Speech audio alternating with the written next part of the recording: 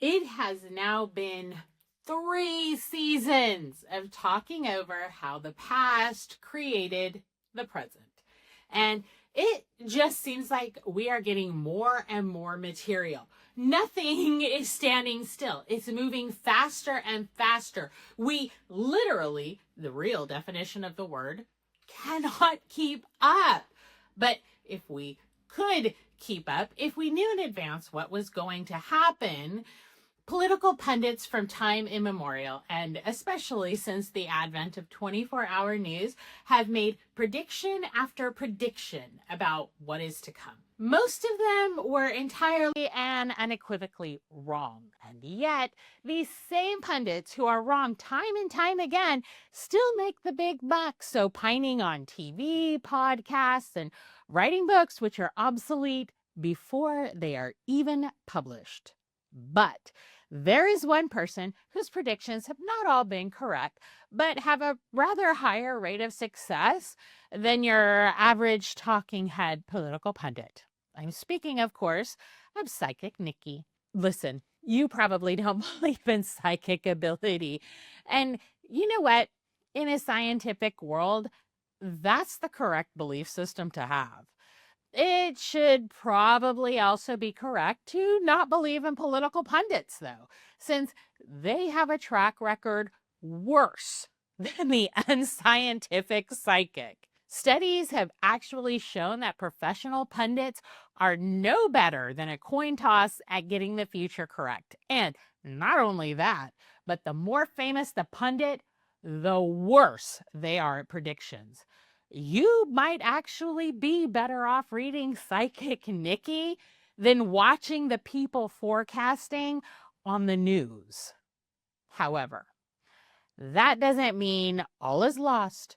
A groundbreaking study at the University of Pennsylvania found that there are some people who are able to connect the dots and make predictions that bear out with more accuracy than the guy babbling on cable news. The Good Judgment Project has managed to find some of these folks through their research, and they call them super forecasters. Now, the super forecasters are not able to predict black swan events, and they're not 100% perfect. Rather, they tend to outperform the experts by about 30 to 50% or so. But still, there are people who are better at figuring out the future than others. And maybe, scientifically, Psychic Nikki is one of those.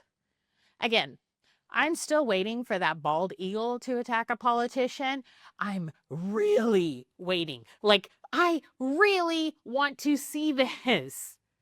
In Terminator 2, Sarah Connor carves a quote into a picnic bench. The future is not set. There is no fate but what we make for ourselves.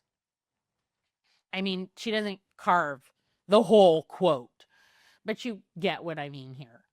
Anyway, my point is that it's much, much easier to see something happen and then follow the clues back in time to see how the world got to that point. Hindsight is always easier than foresight. We can argue forever about whether the future is set or the future is a result of a series of random decisions and chaos. The truth is, there's no absolute proof of either theory, which is why they are theories and not facts. And it always seems obvious when we rewind the history and show how we got from there to here. But it was never obvious at the time. We'll be back in September for season 4, tracing more pathways through history to today's world.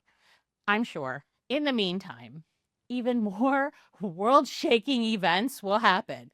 Moving away from Psychic Nikki, there is also an astrologer who's predicting big things in about the middle of August in the US that will affect the entire world. At this point, her predictions are about as likely as those of the pundit class.